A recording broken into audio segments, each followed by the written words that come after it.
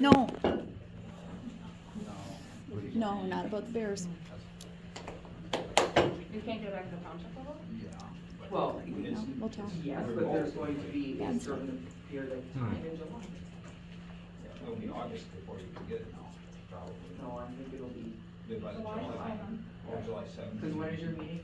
July. I'm gonna speak. So So it'll it'd be be legal July for a 8th. week, so for a week, you should get fined. Well, there's no way, no, we won't. We didn't. Right, from the time it lapsed to July 8th. Dr. says No, there's no way. Archer was assessed as kindergarten year and was passed as Rule follower here, Hmm? no, where's that? Archer was assessed And By the school site, Mhm. with the, probably with the Woodcut Johnson though. This wasn't, there's like a real GT, and I don't think we've ever had it here. Like that assessment. Mhm. Oh, he was. like in the stores, we're not gonna so happy, you just can't sell it. Like, I don't think that's. Assessed as a special Right. So you're just giving it away? kindergarten and he passed it. So it wasn't. Thanks for coming. This year wasn't the first. There you go. Well, we tried everything, because the Gators, it was like 3 picnics. All right. It's 7 o'clock on the nose, so I'll ask everyone to stand and remove your hats for the pledge of allegiance. I pledge allegiance to the flag of the United States of America and to the republic for which it stands, one nation, under God, indivisible, with liberty and justice for all. Welcome to the Wednesday, June 25th, 2025 School Board of Education for the School District of Osceola meeting. I'll call for the meeting to order and a roll call. Jean? Jan? Here. Kaisa? Corey? And myself is here. Item D, public comment. Before we begin public comment, I'd like to outline the rules and guidelines for public comments. These rules are designed to ensure that the public comment period is productive, respectful, and orderly. Each speaker will have a maximum of 5 minutes to address the board. We expect all speakers and attendees to maintain a respectful and courteous tone during their comments. Personal attacks, disrespectful language, or disruptive behavior are unacceptable. Public comments should relate to matters that fall within the jurisdiction of the school board. Please refrain from discussing confidential or personally identifiable information during your comments. Public comment is an opportunity for you to express your views, but it is not a forum for back and forth comments or discussion. Board members may choose to address comments or request further information at a later time. I have one person that has requested public comment, that is Teresa Udke, Transparency Neola Survey. Wanted to say thank you to the board for some great discussions this evening. Spring break over Easter, wow, what a great idea. Ending the school year before Memorial Day, what a spectacular idea to think about. Busing discussions, IT discussions, really great presentations there. Let's get into the meat of it. There was a lot of content at the meeting. First of all, I would also like to say that we need, just for transparency's sake, we'd once again request that we post the meeting times online, the committee content that's gonna be covered, and I would like you to record the meetings and store it into perpetuity for the community so we can access that information. Surveys, we saw survey policy come across the table. It goes a long way in engaging parents and what their kids should see. The biggest thing that we need to consider in the survey policy is an opt-in policy rather than an opt-out policy. Parents should be notified of any surveying that's going on so that they can review it. I have some very, very strong concerns with the risk behavior survey. It covers content such as gun ownership, rape, gender identity, sexuality, frequency of sexuality. Every board member needs to review both versions of the youth behavior or the youth risk behavior survey, because the biggest problem with this survey is when kids fill it out, there is no way to identify them. I have huge issues with the content. The other thing is kids don't get help. There is no way to identify the child and see how we can get them help. Neola is your vendor. DPI is an overseeing body in the state. However, as board members, do not allow one of your vendors to remove local control. There's a reason why you are elected. review those policies. Do not take them as final guidance from a legal aspect. Let's now talk about communicating safety with parents. Money is not going to solve problems. No matter how much well-intentioned money you throw at mental health and safety, I encourage every board member to read Bad Therapy by Abigail Shrier and the impact of school funding on-site mental treatment in schools versus parental engagement. Including parents in day-to-day school activities in the building rather than trying to find ways to barricade them from engaging with their kids is the single greatest impact in a student's life and in their performance. We have thrown tons of federal, state, local, and money to address this, and our mental health in our communities is continuing to fail, especially in our schools. Parents should always have the right to choose whether to send their children to your building. If there's any glimmer of a violent risk in our community, in our school community, I expect parents to make those decisions. At a local district, parents were not informed for 5 days of a risk that informed, or a risk that happened in Lotus Lake community. In Osceola, parents were never informed. Even though we have shared law enforcement agencies, I don't care if the student is from our district. I consider it a risk, and I was terrified. We had kids practicing, we had kids attending summer school, we had kids working. We need to do better. When we have vendors that we use, we should expect them to allow our parents to understand where the risks are and make those decisions for their children. Thank you. All right, next up we have item E, which is the consent agenda for you. Oh, student voice. Apologies. Yeah. No. Okay. So item 5, student consent agenda. Before you have that before you, what would be your wish?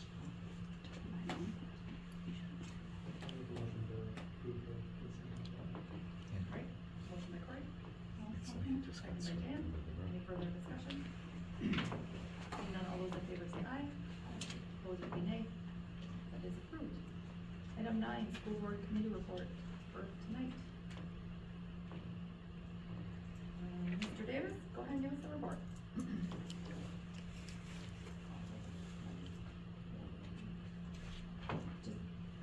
Or Jan, do you want to do it? Sure. Kaisa? We had a very robust committee meeting. We accepted, talked about the Polaris donation, which is sitting outside. Oh, No, it, that's not. it was. We were introduced to our new school resource officer, which is Officer Matthew Tremblay. Steve brought us some data on his transportation department. 203,000 miles put on this year by our buses, which is a lot of miles. Carlene gave us a technology department report. Looked at some meal pricing, talked about budget recap, revenue limit worksheet, some potential changes. We don't exactly know where we're at yet. Reviewed some Franconia School District contracts and private school transportation contracts. We got a nice report on the school farm or forest account and where that sits, since we put that in our account in August. Reviewed first readings of policies 227101, 2416, 244001, 2464, 3281, 5113, and 8120. Looked at some liability, property insurance renewals. Becky gave a state budget update, which kind of a guessing game at this point. Reviewed upcoming school calendars. Saw some potential staff handbook changes for the upcoming school year. Talked a little bit about paycheck. That's all. Yep, that's all. Thank you. Yeah. All right, 9B, student rep report. For the last time, Ms. Patterson. Okay, well, as you know, summer months, I don't have a whole lot, lots of spring athletics stuff, but that's pretty much it. Did anything happen on May 6th? Oh, yeah, graduation, but the last meeting was 2 days before that, so. I guess it has been. Tell us how graduation went. It was good, it was really overwhelming, but also, everybody makes graduation a big deal, but it happens, and we still have 3 months left at home, and it doesn't feel real until you actually leave. It doesn't feel like I'm not gonna be back in the fall yet. That's it. Kind of waiting for it to hit me, but everything's normal, cause I'm just working like I normally do.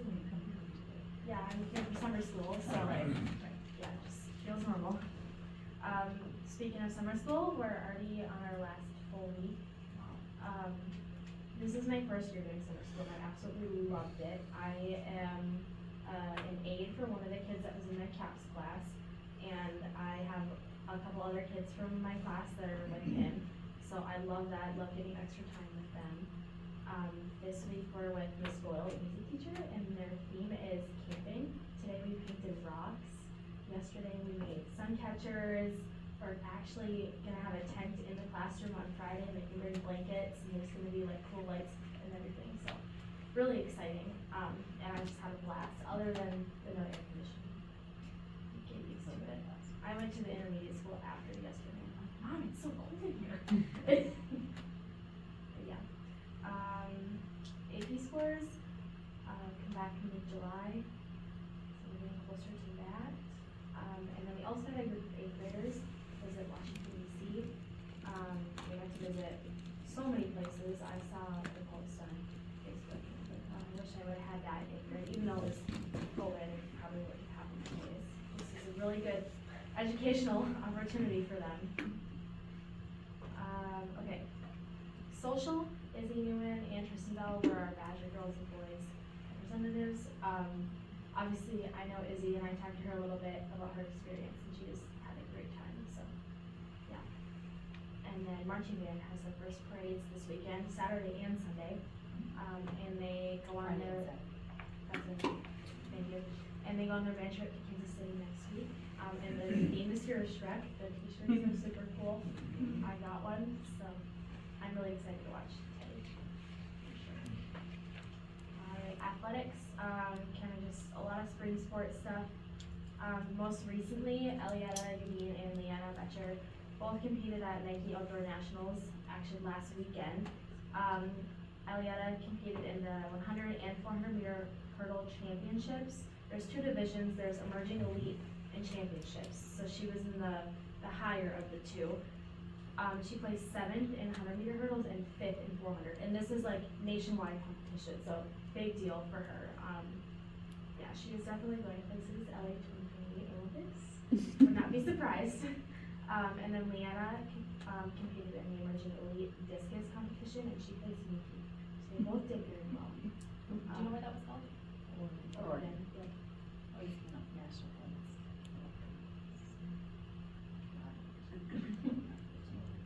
Right. Right. It's such a I think Elietta went last year for the Yes, first she time, did. right? And Yeah. it's just such an amazing opportunity. The pictures are awesome to see, so. Riley Hall was selected as an all-honorable mention for all conference. For softball, she was the starting pitcher. Rylan Coppernoll and Josie Mark made the first team all conference for soccer, and then Addie Garlow, Kaylin Williamson, and Aspen Keski made second team all conference. And their head coach, Kate Sherry, was also selected as Middle Border Girls Soccer Coach of the Year. really awesome for them. And then just state track results, the girls team placed 5th. They had 4 girls compete. Elietta won all 3 of her events and broke 2 of her previous state records. She scored a lot of points for the team. Leanna also placed 4th in discus, so they had 2 podium finishes, technically 4, I guess. And then Nicole Annunziata and Heather Gibson competed in triple jump, and they placed 13th and 14th. And then the boys team placed 9th overall, but they did have a lot of people competing. All 3 of their relay teams placed 2nd. And then Riley Jamel placed 14th in the 200 meter. Dawson Eckerman placed 8th and 9th in the 800 and 1600. And then Hayden Tinney placed 9th in the 800. Jack Timel placed 15th in long jump. And Elliot Hadlish placed 14th in shot put. So lots of people competing at high levels. Really awesome, girls, well done. Some of those kids, that's the Yeah. thing, I Yes. don't know, to be honest. Yes. I think. It's fun to watch those track kids. Yeah, if They you all ever work hard. watched Elietta run, They it's work like, hard. it's insane that she doesn't even look like she's moving, and then she's already at the end.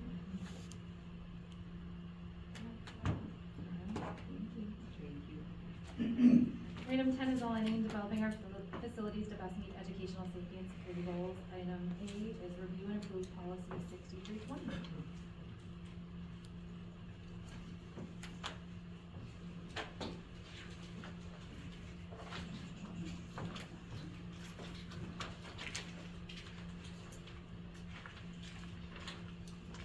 I was surprised to see this back on the agenda, especially after last time it was indefinitely postponed and it was anonymous, so see it back on the agenda was kind of a surprise. Unanimous, sorry, everyone. That is Robert's Rules of Order jargon to table something, so when you table something, it's gonna come back, like, for business.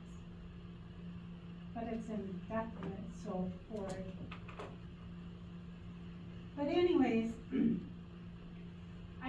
I know Brooke, you sent out some things that you thought, comparing to other districts, and I sent out, a question that was shared by a board member that got answers back so that we all had the same information. That's what I shared. But, so I looked at St. Croix Falls, AnnMarie, St. Croix Central, Somerset, and ours. And all of those guys are even lower than what we currently are. Or at the same. So I just really struggle with this being back on here and, the changes that are being recommended. I saw Somerset and St. Croix Central as what our new proposal is. Somerset is not.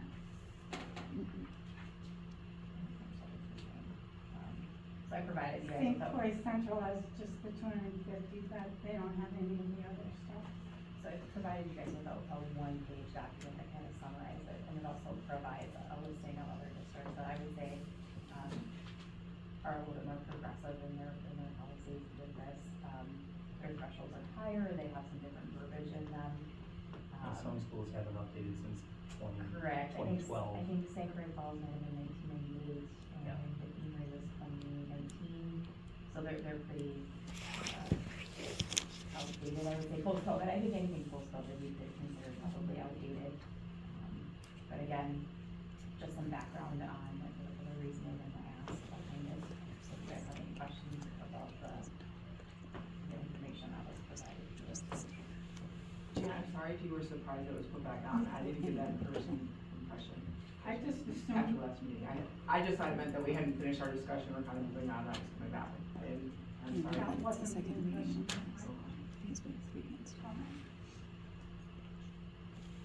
So does everybody have the sheet that Shannon provided? I think, like, the reason for the proposed change, right, the efficiency and timelines. And again, y'all get to decide, right, the amounts. So we just tried to summarize what the current is and what the proposed draft is, but then also have some rationale, which is always important. So right? The current market condition, you know, when you talk about a set of furniture or a technology purchase, to go out to RFP, to get our laptops that we know we already are gonna order because we do a grade level at a time, I'm not sure it makes sense to spend the time and energy to go to RFP. Getting 2 quotes, absolutely, right? So I think that there's like, it's like a 3-prong. When should we be getting 2 quotes? What do y'all feel like the right number is? When do you feel like we should go to the RFP process, right? Putting stuff in the newspaper, having sealed bids, making it a bigger jump. And then also, you know, like the idea of, I think number 3 is important, like the redundancy, what's the budget oversight once the budget's approved, I think we talked about that. And then some comparative districts as far as who's updated their policies recently and why. So again, trying to stop the race, but again, you all get to decide the numbers. So I don't think there's ever been a conversation about, okay, Jen, what are you not comfortable with? What do you be comfortable with? James, what are you comfortable with? What are you not? Brooke, what are you comfortable with? Corey, like, what would be comfortable? And it's not about going against Shannon personally, it's a policy, like, right? So I think that's the other part, because we're also like this Midwestern nice to each other. So when we disagree or we have different thoughts, we feel like it's personal. It's not personal. Like, I don't feel like anything about this is personal. I will say getting RFPs isn't super enjoyable, but is it necessary in some times? Absolutely. Is it necessary at 25,000? Based on what I've seen in my limited time in this chair, probably not. 2 bids? Absolutely. I mean, like, I think about when we talk about the freezer, right? Like, what policy, if you have a policy and you're not following it, what are you gonna do? You're gonna look at it. So that's how this ended up in front of us again as well, was, okay, Bob came and talked to us 3 or 4 times about the freezer. Oh, I can't get another bid. I can't find anybody else, so we're just gonna do this. Like, again, what's the structure? And then once we have it, if y'all say that keep it at 10,000 and 25,000, then that's the mark. So that's what I would put out there, is like, discussion is what would make you comfortable, and if, Jan, for you, it's keeping it as it is, then that's what we understand. But as far as going around the table to facilitate the conversation. So I guess, first of all, thank you for your help in answering those questions that I've had, both Brooke and relaying them back out. I just wanted to be clear on what the pieces are all to this. And, I understand that things are $20,000, $40,000, $50,000, today, and there are things you have to buy, that you're going to buy, that are over that $25,000 and $50,000 mark. So when you put them out to bid, I guess, for the 50 to 2,000, I mean, you could take it line by line, like up to 50,000. Like, that would be, that's still a fair amount of money, but it's not today, like, it isn't. And for expenditures between 50 and 250, I mean, I'm just gonna go down the lines. I would like to see a additional or additive in there that said it would go in front of the board, like a communication piece somehow, like, because when I look at it, I'd like to be part of not part of, but acknowledge, okay, this is, you did your diligence and here it is, and we all see it. So when, as the board here, the community comes to us and says, what was this, what was this, what was this? So it's somewhat of what we're spending money on, or what's being purchased, but then the amounts we know, like, it came to us. So one of the questions I had was how many times, and I think one of the responses was the 25 to 50,000 was up to 10 times that would happen in a given year. And most of it's foreseen, right? I mean, it's on an annual budget line someplace. And then the 50,000 to 250,000 was up to 3 to 5 times. So I guess for me, I'd like to see it as much as just for knowledge. Maybe because I'm new, so I haven't seen seen a cycle or go all the way around an annual budget once, twice, 3 times, 6 times, or more. It's more comfortable to have it presented and come to the board, or when you hit the $50,000 to $50,000 purchase. That way, it's a connection between the voters and us and administration. All 3 pieces are coming together. There's 7 of us here, and I think that I want to be part of that group that has a little discussion about it, but then also says, yep, that's where we're at, that's what it costs. And I'm not taking away from it. Again, I'm still trying to understand it entirely. But for those 10 times where it's above 50,000 as a board, I'd like to see it come to us in here somewhere, like somehow that the bidding process would come to us a little bit. So,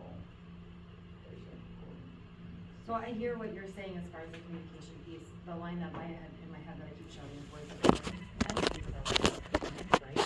And so as a direct budgetary piece that we have, I think it's important that we set the annual budget, right? That is our governance role as far as that purchasing piece goes. And we are responsible for reviewing the billing list every meeting, month, however that is fit. And so, you know, my expertise does not lie in what, tractor is being bought or what skidster is being bought, and if it's 49,000 versus 50,000 if we go to RFP. That to me is where we use the tools that are afforded to us, that is our business manager and our superintendent. So if it's simply to loop in communication so that we see it, I think that's one thing.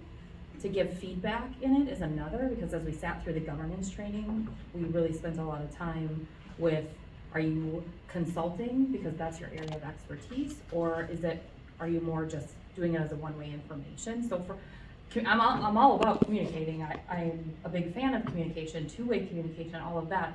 My question would be, to what end of that communication? It's simply a loop in, hey, we're purchasing the skidster, it's 50,000, we went out to RFP, now we're back? I mean, or is it just a FYI, this was purchased? Because the line items are set as such as part of the annual budget. No, go ahead. No, you're fine. I'm trying to hear all the different things you said before I agree, I think, because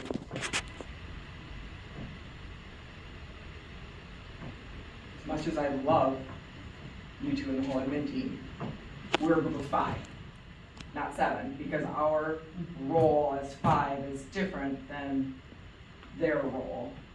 Yes, we need to work together and have that relationship. However, there is a line here between our responsibilities and theirs. But I hear what you're saying. I just question if some of it is different than even what is being asked here. Are you asking for, because we approve, like we give them budget allocations, no matter how much it is, they can't go out and buy, I don't know what, something for $100,000 if it's not. We need a boiler. Yes, approved, I mean, so are you saying you want us to, Do you want them to send an email saying, hey, board, we need to get a boiler? Or board, we need to have a meeting because we need you guys to approve if we can get this boiler or not. because that's Or different solicit to me. feedback. Right, So- like that's what I'm confused, so I don't know what you're looking for. Because this policy alone is just asking us this dollar amount is different than asking what type of permission or approval. So that's what I'm trying to Right. find what you're. Right. I guess I'm not 100% clear on that. I read some of these in my research and diligence in looking at this. The